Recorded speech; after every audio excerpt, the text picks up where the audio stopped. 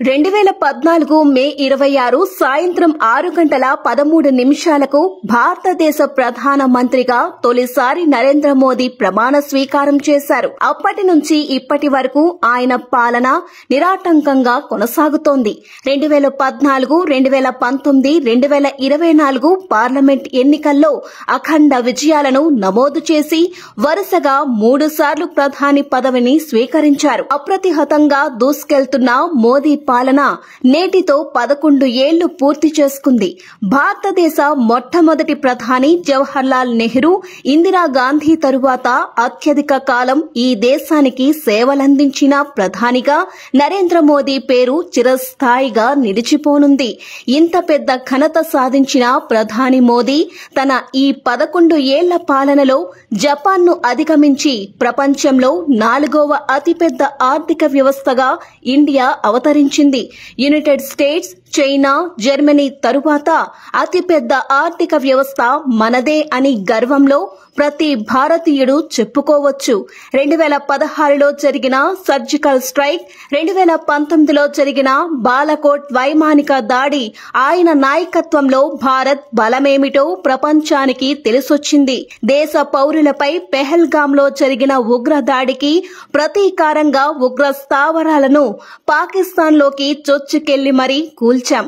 Operation సింధూర్తో ఈ ప్రపంచానికి భారత సైనిక శక్తి గురించి చాటి చెప్పాం.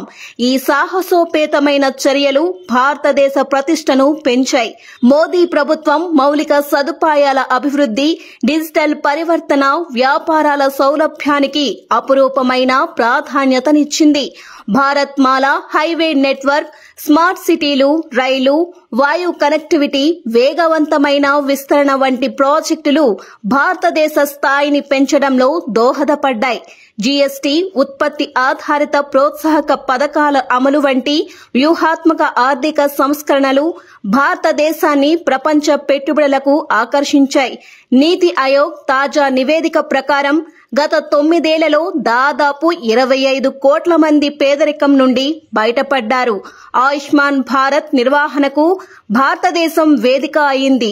50 కోట్ల మంది భారతీయులకు వర్తించే ఈ ఆయుష్మాన్ భారత పేదలకు, మధ్యతరగతి ప్రజలకు భరించగల స్థాయిలో నాణ్యమైన వైద్య సేవలను సమకూర్చుతుంది.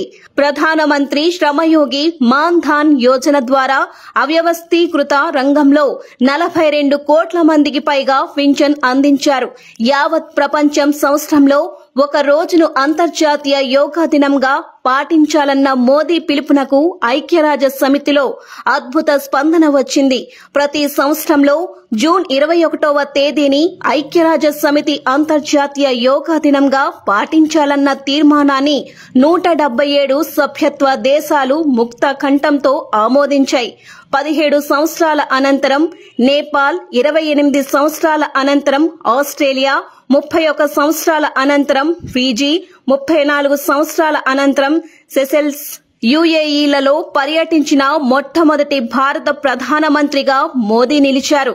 తొలిసారి ప్రధానమంత్రిగా ప్రమాణ స్వీకారం చేయగానే మోదీ ఐక్యరాజ్య సమితి, BRICS, బ్రిక్స్, సార్క్, G20 శిఖరాగ్ర సమావేశాలలో పాల్గొన్నారు. ప్రధానమంత్రి మోదీకి ఎన్నో అంతర్జాతీయ అత్యున్నత పౌర పురస్కారాలు లభించాయి. సౌదీ అరేబియా ఆయనకు తమ అత్యున్నత పౌర పురస్కారం షాప్ ఆఫ్ కింగ్ అబ్దులాజీజ్ తో సత్కరించింది. మోదీకి అత్యున్నత పౌర పురస్కారాలను ప్రదానం చేసిన వివిధ దేశాలలో Russia, the order of holy apostle Andrew the first, Palestine grand collar of the state of Palestine, Afghanistan Amir Amanullah Khan award, UAE Zayed medal, Maldives rule of Nishan Izzuddeen లు ఉన్నాయి. శాంతికి, అభివృద్ధికి చేస్తున్న కృషికి గుర్తింపుగా మోదీ 2018లో ప్రతిష్టాత్మకమైన సియోల్ శాంతి బహుమతిని అందుకున్నారు.